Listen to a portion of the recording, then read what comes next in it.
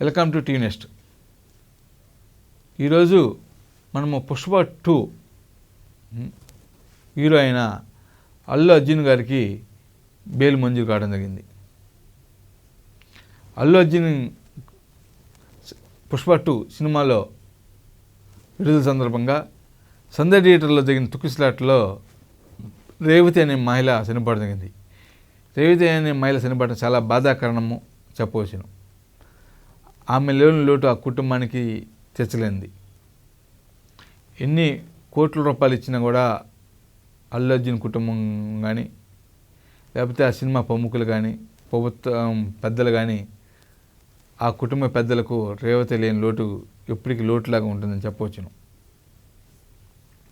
ఇలాంటి దురదృష్టంగా జరగడం చాలా బాధాకరం విషయం.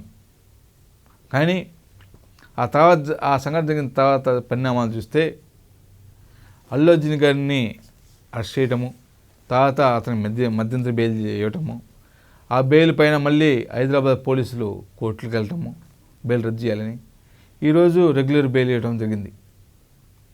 ఈ పరిస్థితులన్నింటినీ కూడా ఒక రాజకీయ కోణంలో జరుగుతున్నాయని అనేది ప్రతి ఒక్క మానవుడు ఆలోచిస్తున్నారు.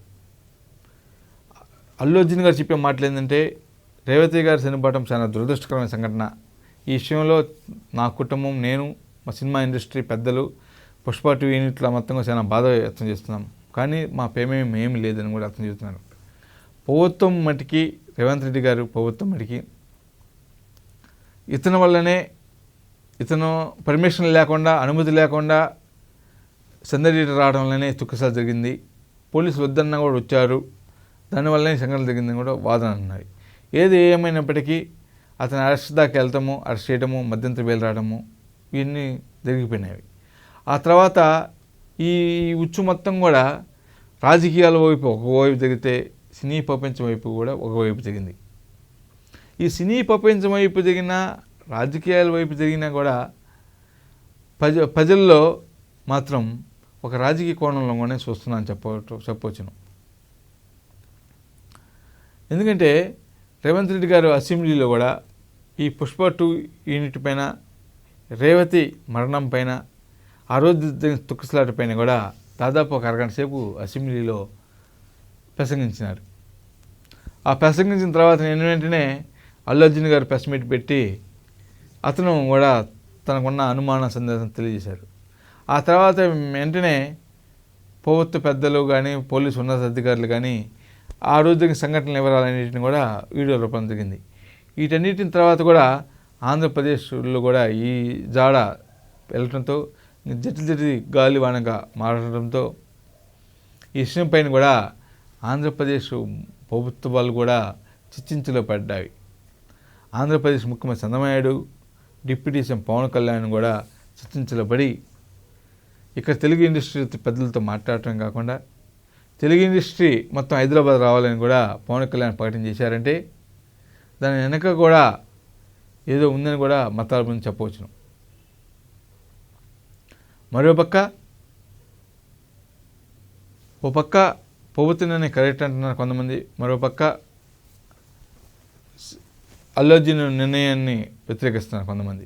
ఏది ఏమైనప్పటికీ కూడా ఇలాంటి సంఘటన జరగటము చాలా బాధాకరమైన సంఘటన. ఇది ఎవరు పోర్చలేని సంఘటన అని చెప్పవటంలో ఎలాంటి అనుమానం లేదు. రేవతి కుటుంబానికి మనం ఎన్ని వందల కోట్లు ఇచ్చినా కూడా మళ్ళీ రేవతిని మనం తేలేం అనేది అందరికీ తెలిసిన సత్యము.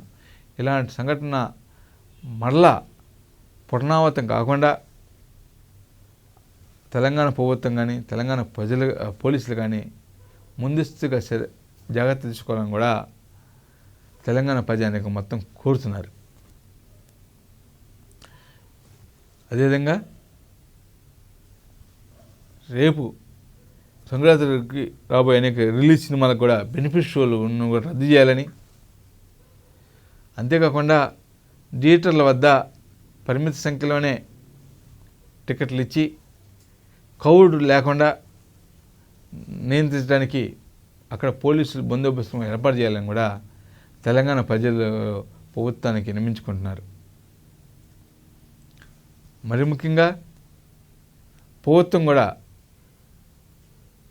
కొత్త సినిమాలు రిలీజ్ అయినప్పుడు కానీ లేకపోతే సెలబ్రిటీలు వచ్చేటప్పుడు కానీ పోలీసుల అనుమతి ఆ రోజు బెనిఫిట్ షోలు రిలీజ్ అయిన మొదటి రోజు ఇవ్వకుండా 10 రోజుల తర్వాత 20 రోజుల తర్వాత వాళ్ళకి అనుమతి ఇచ్చేలాగా చర్యలు తీసుకోవాలని కూడా తెలంగాణ ప్రజానీకం కోరుతున్నారు.